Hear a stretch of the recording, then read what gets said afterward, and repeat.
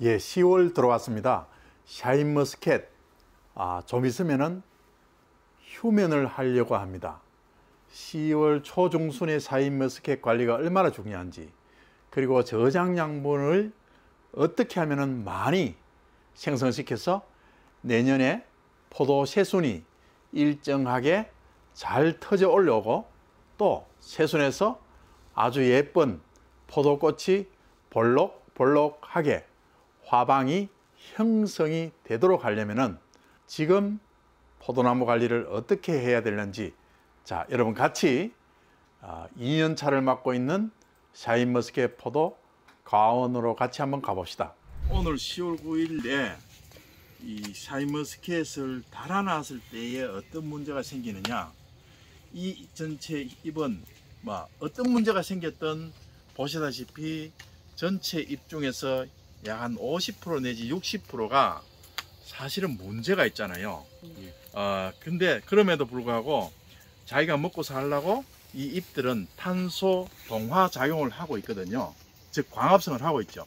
여기서 영양분을 생산해 가지고 이 생산된 영양분이 어디에 저장되냐 하면은 이런 줄기, 그리고 제일 많이 저장되는 것은 뿌리 쪽에 양분을 저장시켜요. 양분을 저장시키는데, 양분을 저장시켜놔야 내년에 여기에 우리가 전정을 해줬을 때에 새순이 나오면서 거기에 또 꽃이 피고 잎이 또 나오잖아요. 포도는 내년에 잎이 6장까지 올해에 저장되는 저장 양분으로 먹고 살아요. 그런데 이 당도 올리려고 한 송이 놔두는 바람에 저장 양분의 상당 부분이 일로 가요. 그러면은 저장 양분이 모자라면 어떤 현상이 일어나느냐, 아까 저 포도밭에 봤을 때 그 포도나무에 중간에 하나씩 비는 현상 보이죠? 예, 가지 새순이 나야 되는데 안 나오잖아요. 새순이 나야 되는데 안 나오는 순결석 현상이 생기고, 또 순이 나와가지고 꽃이 달리잖아요. 그걸 가지고 포도꽃은 화방이라 그러잖아요. 쭉 달려 있는 거. 그것도 확 같이 확 터져야 돼요. 그렇게 안 되는 거예요. 양분이, 이게 저장 양분 튼튼하게 양분이 있어줘야 이게 순도 11개 내지 12개가 멋지게 이 굵기가 딱 맞게 쫙 나와요. 그죠? 예, 정말 보기 좋아요. 이뻐요. 하루하루가 달라져요. 그리고 또 여기 꽃이 한꺼번에 확 피줘요. 이게 억수로 중요한데, 그것은 어디서 생기느냐, 올해에 만들어놨는 저장 양분으로 생기거든요. 근데 이 저장 양분이 부족하면은 소위 발화 현상이다 해서 중간에 새순이 12개 나와야 되는데 2개는 안 나오고 10개가 된다든지, 또 순이 나오더라도 꽃이 일시에 피지 않고 꽃이 어정쩡하게 피줘요. 그렇게 어느 날 갔을 때 확 피가지고 환하게 그렇게 이쁘게 해줘야 되는데, 그렇게 안 나면은 이 나중에 포도가 알이요 옳게 안 굵어져요. 저장 양분은 그렇게 중요한 거예요.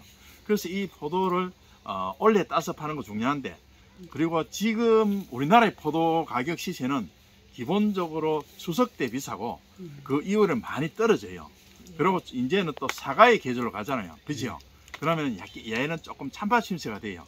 그러나 내가 당도를 올려야지, 그거는 자기 신념은 맞으나 이 나무를 위해서 이 저장 양분을 많이 깔아 먹고 있는 이 참 좀 아깝지만 놔주는 게 맞다. 그죠? 네. 예, 그렇게 생각하세요. 이 잎이 이렇게 되어 있는 거는 몇 가지 요인이 있습니다.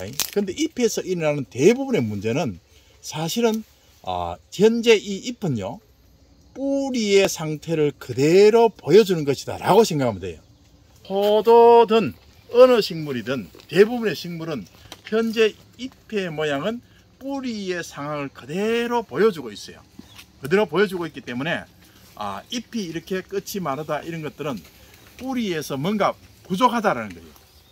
예, 혹은 문제가 있다는 거예요. 지금 요 시기에 제일 일어나기 좋은 문제는 뭔가 하면은 수분의 정체 현상. 자, 수분에 대한 문제가 없다면은 잘못 준 탭이라든지 이런 것으로 해서 사람은 못 느끼나 식물은 느끼는 가스 장애가 있다는 거예요. 예, 가스 장애는 우리가 옛날에 연탄가스 하면 사람이 질식되어 죽잖아요. 근데 포도나 식물은 그게 더 심해요. 그리고 우리나라의 포도는 어떤 이유인지 비닐 종류를 다 덮잖아요. 예, 그래서 토양이 스스로 발효시킬 수 있는 그런 걸 잊어버려요. 이제 이 밭에 아주 사실은 좋은 목적으로 우분, 소똥을 좀 미발효되어 있는 거를 목적은 좋았으나 이게 들어가는 바람에 이게 아직까지 가스적인 영향이 아직까지 남아있다. 기본적으로 이 밭은 남아있어요. 그리고 또 한 가지는 이 밭에서 배수 속도가 느리니까 밑에가 점질토, 황토로 되어 있으니까 물이 정체가 되죠. 그러면 여기에 가스가 있으면은 예를 들어 비닐루가 없으면 혹은 점적관수로 물을 주면은 가스가 밑으로 좀 이렇게 씩씩어 내려서 가야 되는데 그것도 막혀 있고 또 위로 올라가려고 할때 비닐을 덮어놨어. 그죠? 그것도 막혀 있어. 예, 그런 거예요. 그러니까 이거는 일시적인 현상으로 이렇게는 안 나와요. 예, 이런 나무가 나올 때는 제일 먼저 해야 되는 게 빨리 비닐을 벗겨줘야 돼요. 그죠? 그러면은 이 땅에는 그러면 어떻게 할 것인가? 물이 없으면은 안 돼요. 물은 주되 산소도 공급해야 돼요. 예, 그 방법 중에 하나가 32mm 파이프가 됐든 48mm 파이프가 됐든 그 파이프에 약 한 2-3cm 간격으로 그걸 커팅기라 그러죠. 그거로 이렇게 빠끔빠끔빠끔빠끔 해가지고 그걸 길이를 한 30cm 정도 잘라가지고 중간중간에 박아줘요. 박는데 기계가 들어가니까 이쪽에는 박지 마세요. 이쪽에 기계 안 들어가는 쪽에 박아주세요. 그러면 그리로 산소가 공급이 돼요. 그리고 또 하나는 요새는 제품이 소위 흙에다가 주면은 기포가 발생되는 그런 제품도 있어요. 산소가 발생되는. 예, 그래서 예를 들어 이런 점적관수를 통해서 물을 줄 때에 기포가 발생되는 그런 미량 요소 비료가 있어요. 예, 그런 것을 줘가지고 기포 발생제를 또 사용을 해줘야 돼요. 예, 사실 1년차, 2년차의 포도나무는 사람으로 말하면은 중학교 1학년, 2학년 중요한 시점이에요. 전반적으로 이 비가림 시설이라든지 뭐 이런 것들은 정말 잘 해놓고 싶고 또 흙을 바꿔서 하는 이런 것들은 정말 잘 해놓았어요.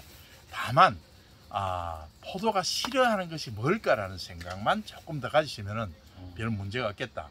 새로 심은 나무가 저렇게 자라고 있다는 것은 또 어쨌든 막 중간에 발화가 이렇게 없는 부분이 있지만 이런 부분들은 원래 조금만 하면 될 것 같아요. 내년에 저기 나옵니까? 예, 이거는 이제 여기에 나오지 않는 부분은 네. 이 나무의 저장 양분만 많으면 네. 나와요.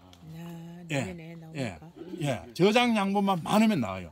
저장 양분을 많게 하려면은 현재 이 포도를 따줘야 된다. 지금 예. 당장 따야 돼. 그리고 흙에서 자, 한 개 잡수시. 예.